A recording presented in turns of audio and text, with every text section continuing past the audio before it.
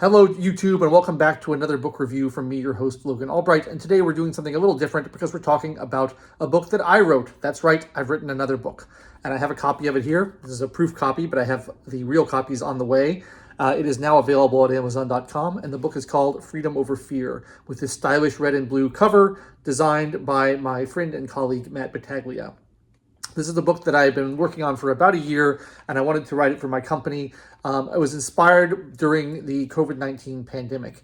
And as regular viewers of my channel will know about me, I'm a libertarian. I work for a libertarian company, and I was very dismayed during the COVID-19 pandemic. And it took me a long time to kind of come to terms with my feelings about that, because I saw so many people who professed to care about the same things I care about, people who called themselves libertarians, people who say that they value freedom, just completely knuckle under and say, well, I value freedom, but not now. We have to be protected now. And I saw people embracing policies that I found incredibly damaging and dismaying. I saw people embracing policies that prevented people from earning a living and going to work. It destroyed small business. It was a wealth transfer from small businesses to big businesses like Amazon and Walmart. It prevented people from seeing their families, from gathering during the holidays, from going to church, which is blatantly in violation of the First Amendment. It prevented people from visiting their sick relatives in the hospital. My mother had cancer at the time, and I wasn't able to go visit her in the hospital. It was terrible. I think it's just, heartless and appalling. And I don't think that these policies protected anybody. I think they were terrible in a lot of different ways. But the thing that really upset me was how eager people were to embrace them, even though they made no sense and were illogical. People just were afraid. And the fact that people were afraid made them surrender all of their critical thinking and their judgment. And it made me really angry. And so I was trying to process this, and it also kind of gave me an existential crisis in my own career, because my career has been based around trying to make people more free, make the country more free, make the world more free, and help people live more lives that are not controlled by other people and have more self-determination. And I always kind of assumed that that's what people wanted. And I realized during the pandemic that a lot of people don't want that. They want to be controlled, they want to be protected. And that was upsetting to me. And I realized that, in order to persuade people, in order to get people to want to live lives of greater freedom and less control, it's not enough just to present data. You can't just present facts and economics and charts and graphs, and you can't just make rational arguments. You can't use logic. I have a very logical mind, and I am often persuaded by a good logical argument, but a lot of people are not. And so I realized that this is more emotional, and that we had to overcome fear itself if we're going to actually do this. And that's a huge undertaking. And I started thinking about, well, how do you get people to calm down and not be so afraid and confront things from a more rational basis? And I think that the answer to that is kind of perspective. For first and foremost, I think the answer is perspective. I think it's that understanding history and what has come before and what the rest of the world is going through, and seeing that not everything is the end of the world. It's like when you're a baby, for example. Babies cry all the time. Why do babies cry all the time? It's because every experience they have is new and they have no precedent for it, and they don't know how to deal with it, right? So every pain they feel is the worst pain they've ever felt. Every hunger they feel is the worst hunger they've ever felt. Every disappointment they feel is the worst disappointment they've ever felt, because they don't have any experience.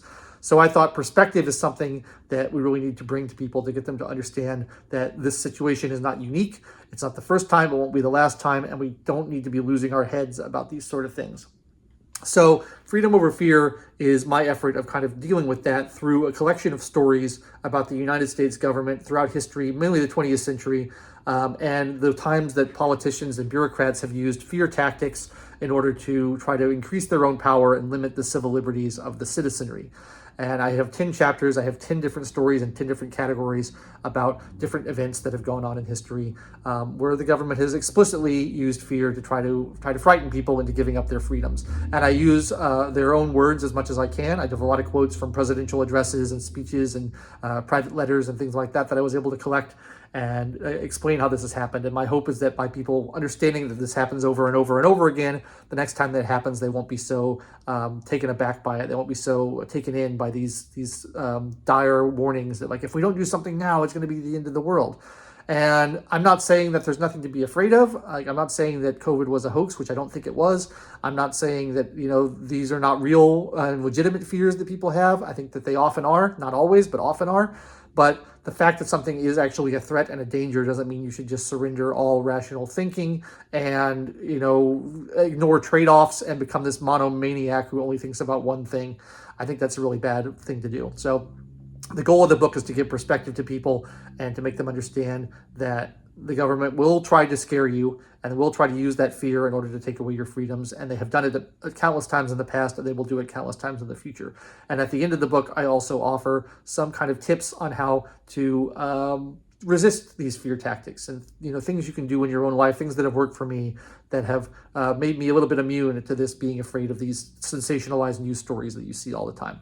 So that's what the book is. It's Freedom Over Fear. It is now available on Amazon.com and wherever fine books are sold. I would encourage you to pick up a copy. And if you do pick up a copy and read it, it would really help me out a lot if you would give it a review either on Amazon or on Goodreads, or maybe review it on your own YouTube channel or something. Any kind of publicity I can get for it is super helpful, because this book is being self-published through my company. I have no apparatus kind of helping me promote it apart from the marketing department of my company. So there's no publishers like getting put in bookstores or anything like that.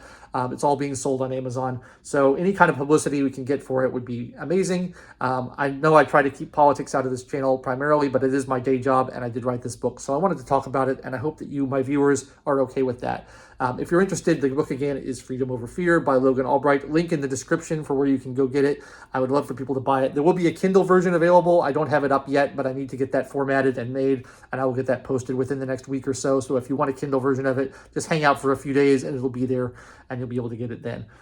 Thanks so much for watching. I hope you enjoyed this book. I hope you enjoy other books that I've written, and I hope you enjoy listening to me yammer on about books that I haven't written and books that I've read. And I'll be back to our regular scheduled programming next week, talking about a book that I've read that I did not write. So if you didn't enjoy this, just feel free to skip over the video and wait till the next one, because there'll be another one coming every Wednesday.